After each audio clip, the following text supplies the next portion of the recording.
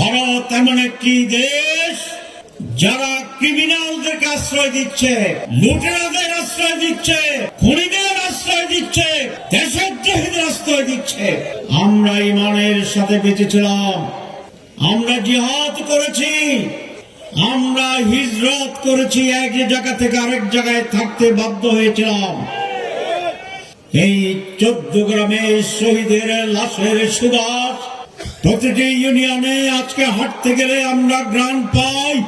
এই 14 গ্রামের মাটি খুঁড়লে আমাদের ভাইদের সেই হাড় খুঁজে পাওয়া যায়।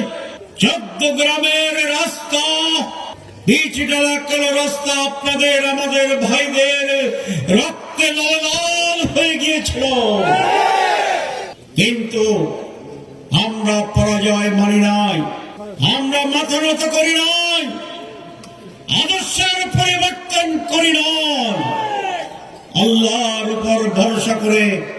নুরতাজে অর্ডার করে জিতে নিন গাড়ি, বাইক, আইফোন সহ কোটি টাকার পুরস্কার। অর্ডার করতে ভিজিট করুন nurtaj.com।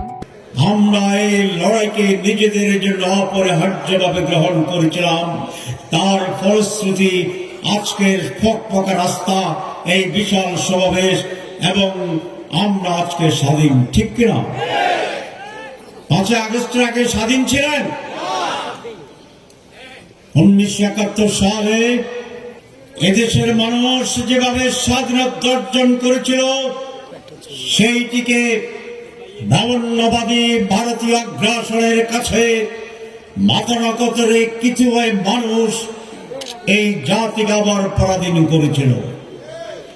5 আগস্ট পুনর্বার সংগ্রামের মাধ্যমে আমরা স্বাধীন হয়েছি।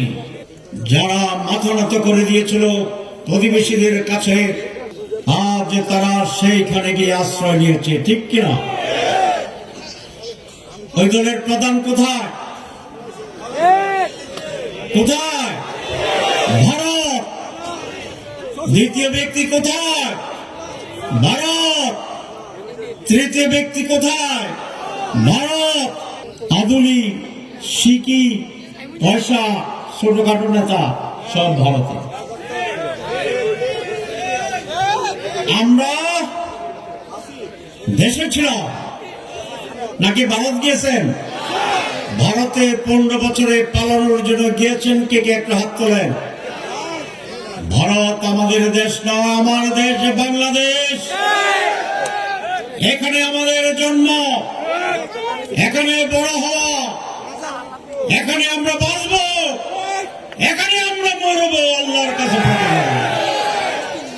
ভারত এমন একটি দেশ যারা ক্রিমিনালদেরকে আশ্রয় দিচ্ছে, লুটেরাদের আশ্রয় দিচ্ছে, খুনিদের আশ্রয় দিচ্ছে, দেশদ্রোহীদের আশ্রয় দিচ্ছে।